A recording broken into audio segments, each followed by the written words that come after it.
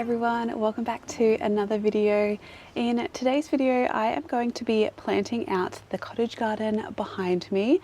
I really want to get all of my brassicas in the ground and just fill the garden with lots of veggies. I've also got some onions and maybe some leeks to plant as well. I am definitely quite late to planting a lot of these, and that's just the circumstances that I was in this year.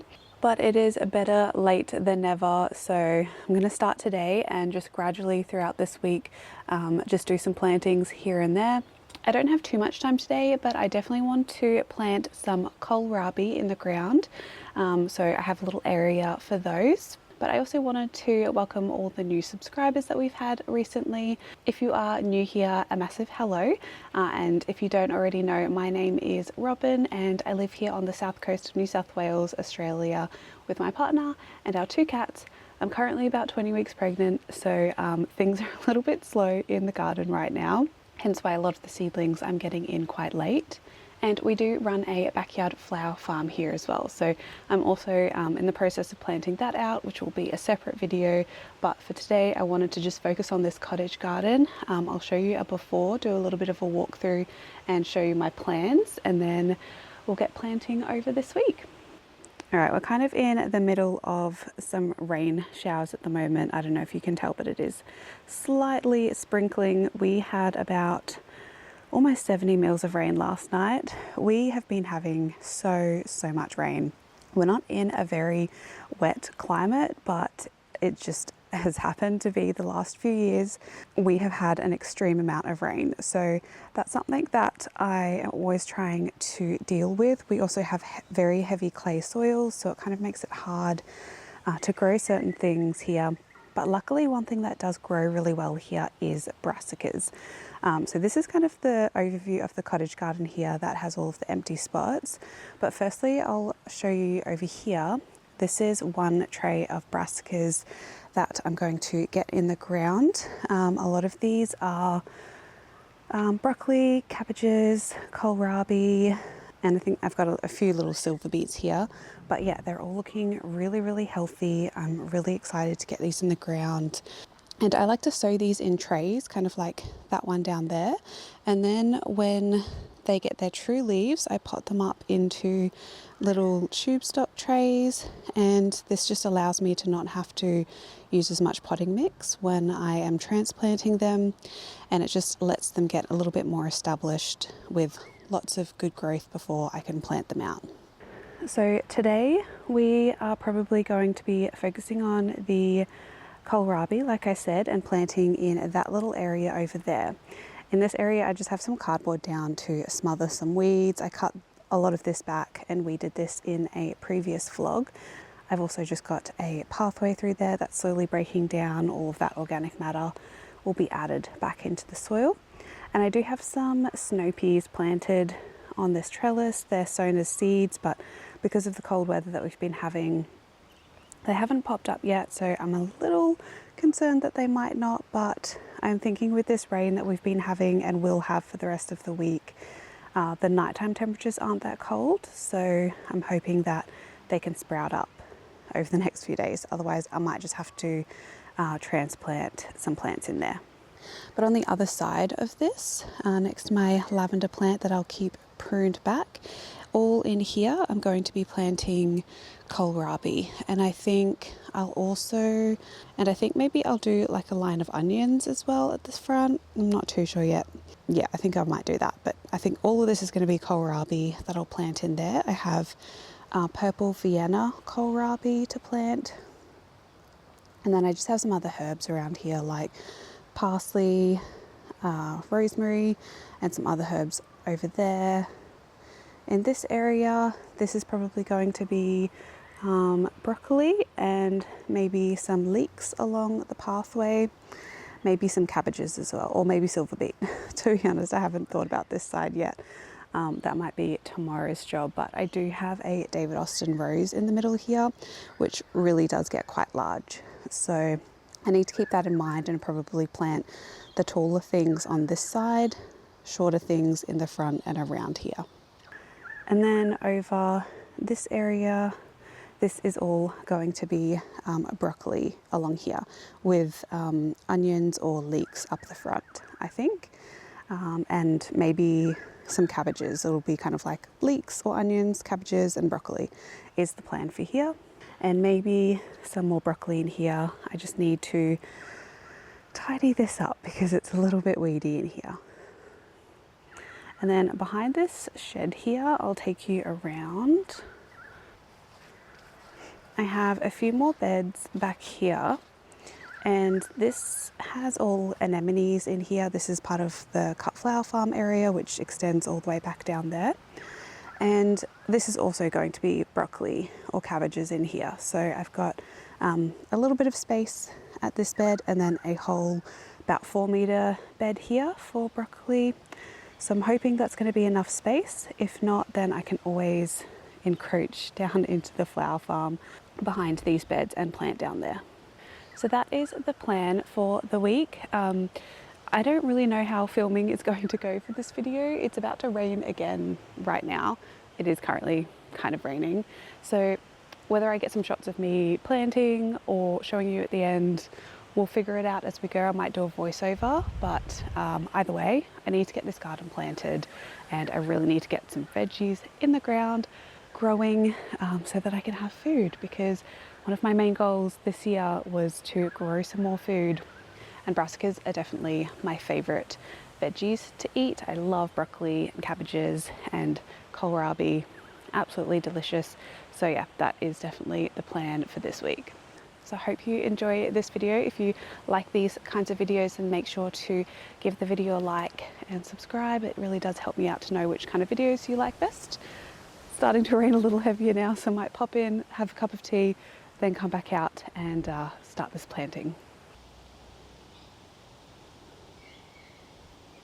Right, so I have my kohlrabi here and have quite a few of them. I'm not going to be able to fit them all probably in this area. We'll see how we go. Kohlrabi are a cold season crop here in temperate Australia. I like to plant them about 20 centimetres apart from each other, and they take about 55 to 75 days, or at least that's what the packet said of these. And here I have, these are the purple Vienna kohlrabi. So they have a purple bulb that you can harvest, and you can use that in coleslaws and salads and things like that. So I'm going to get these in the ground. It's about to probably rain again soon, but I'll try and get as many as I can of these in the ground.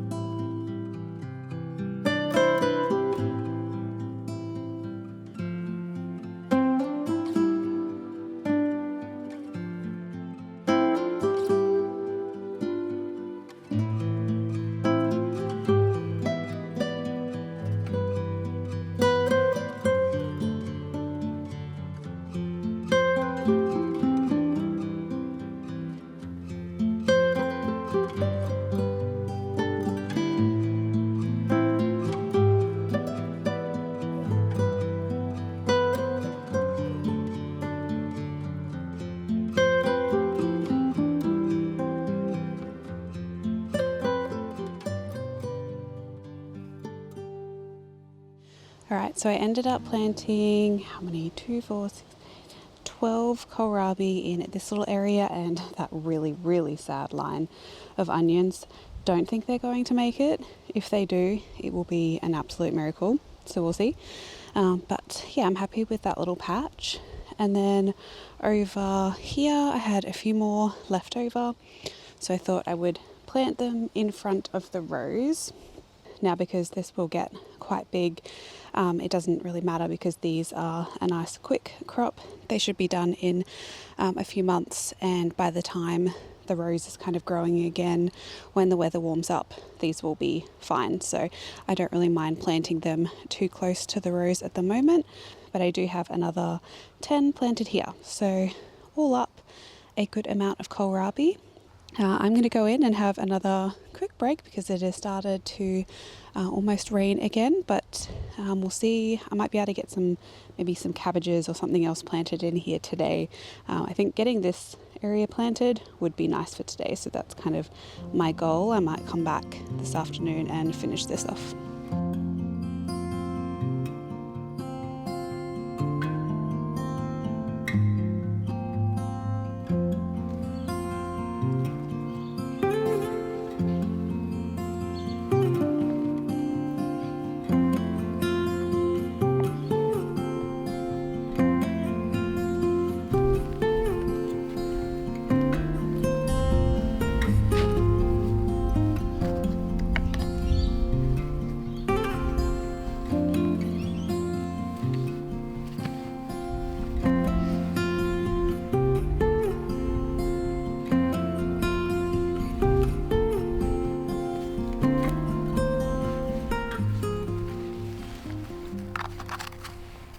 Quick little outfit change because I had to go out for an appointment and it got so cold all of a sudden, but I ended up planting a few more things, so I'll show you what I planted in this area.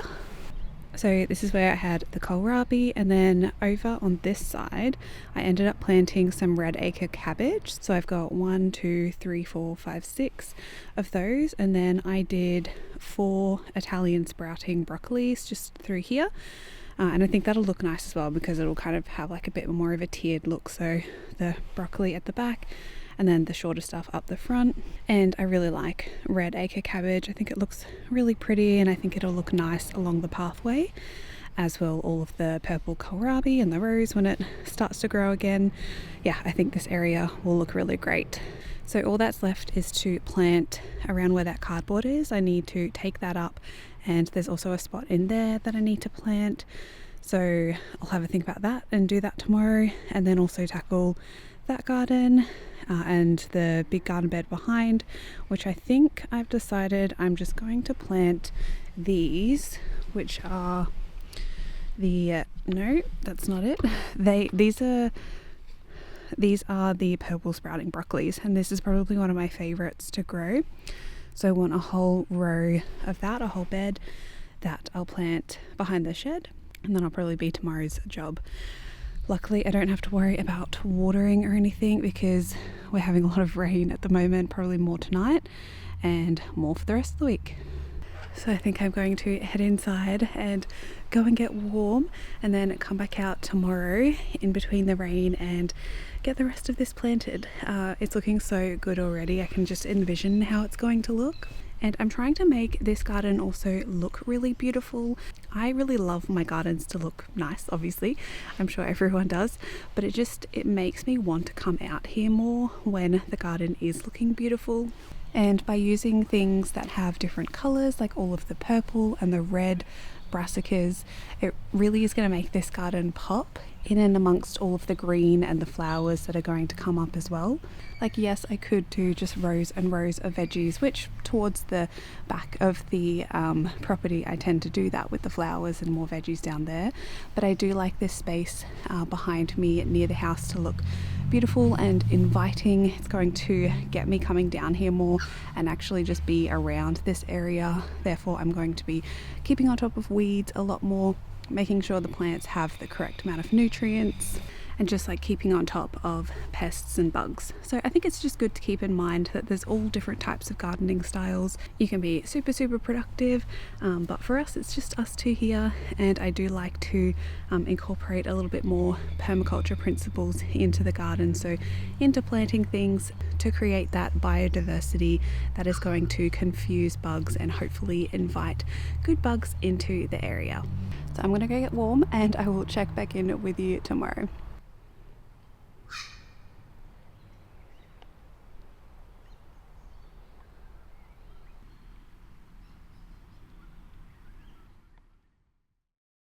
It is the next day now and it is another chilly day. It was actually sunny about an hour ago and now I have my beanie on, but I'm sure I will warm up as I get going in the garden. So like I said yesterday, I'm going to be planting some more of the broccoli kind of down in that patch over there.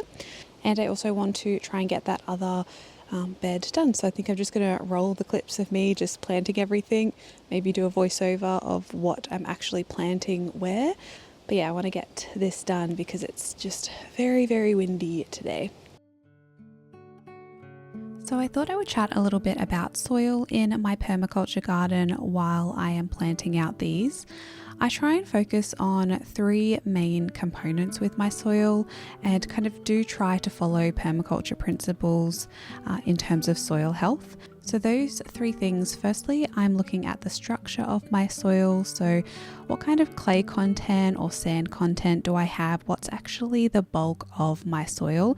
We have very clay soils here, so I do try to amend that with lots of organic matter, including sugarcane mulch, which you can see on the top here. I'm also looking at biology of my soil, and that means how much life do I have in my soils. We know we can add life by making sure the soil is nice and aerated and has those components like food for microorganisms and worms, also water and air from the aeration. That's going to encourage a biodiverse system in your soils and just create and invite that life in, which is really important for plant growth and making sure that plants have all the nutrients that they need. The third one, which is also really important, is looking at the chemistry of soils. So that's things like looking at actually what are the nutrients and the pH levels and things like that in my soils. We have quite acidic soils, so again, I try to balance this with a lot of organic matter as well as garden lime. My favorite amendments that I have used on this are things like blood and bone on this bed, sugarcane mulch. I also use things like coffee grounds to add that organic matter to just help with the clay in our soils. So I wanted to just add this little chat about soil here because I think it's really important and I didn't really discuss it too much in the video. I kind of skipped straight to planting in this video, but I have done a lot of soil prep and soil maintenance prior to planting all of these plants.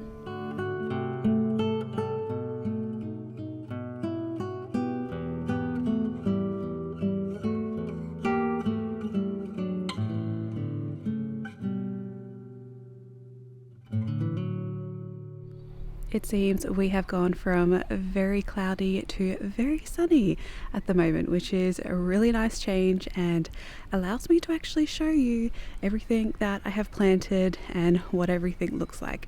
It'll also give a good chance for the plants to actually grow. Having all of this rain is amazing for nutrients and water. But we do need some sunlight, so I'm very happy to see the sun. But let me turn you around and I will show you what everything is looking like. I've pretty much planted the cottage garden now. There's a few spots that I haven't, but I will go over those with you.